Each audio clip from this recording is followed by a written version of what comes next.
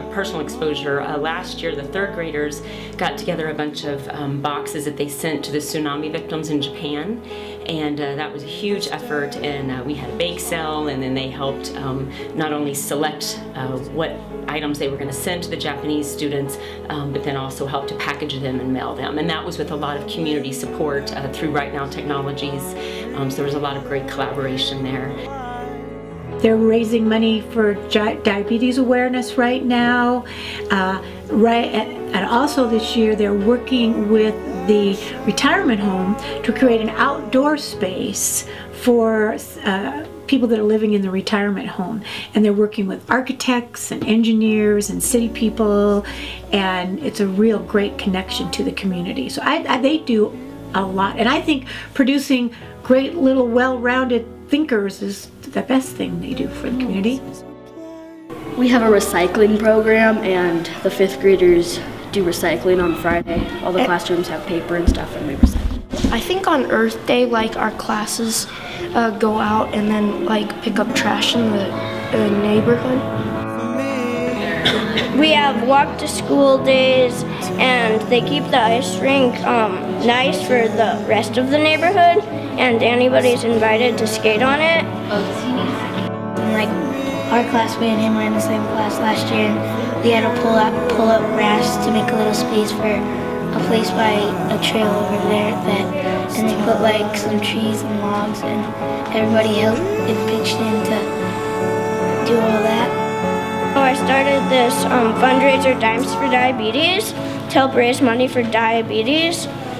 And for the walk, it was JDRF, that's the Juvenile Diabetes Research Foundation. And so I got the idea that we could raffle something off to help raise money. So I went and talked with Bozeman Ford, and they agreed to donate an iPad. And so we've been selling iPad tickets, and it's been really great, and we've gotten a lot of money to help. They're elementary kids, but they'll take it upon themselves to do fundraisers or activities that they think will be helpful to that larger community. Third grade, we go, the second grades in our school started have 20 kids in a class, 18 to 20 kids in a class. From second grade to third grade, we moved from a 20 kids in a class to 28 kids in a class. And the difference for an 8-year-old going from a class of 20 to 28 is quite difficult for them. It's a difficult transition for them sometimes in the fall, for that many children to be in the same class. Space is also an issue. This school right now, next year, we have 100 second graders going into 3 third grades. So we're looking at possibly the third grades being at 33, 34 kids. And every teacher cares so much about the kids. My kids went here too, so I have it from both the parent perspective and the teacher perspective. I share an office with the CAP coordinator.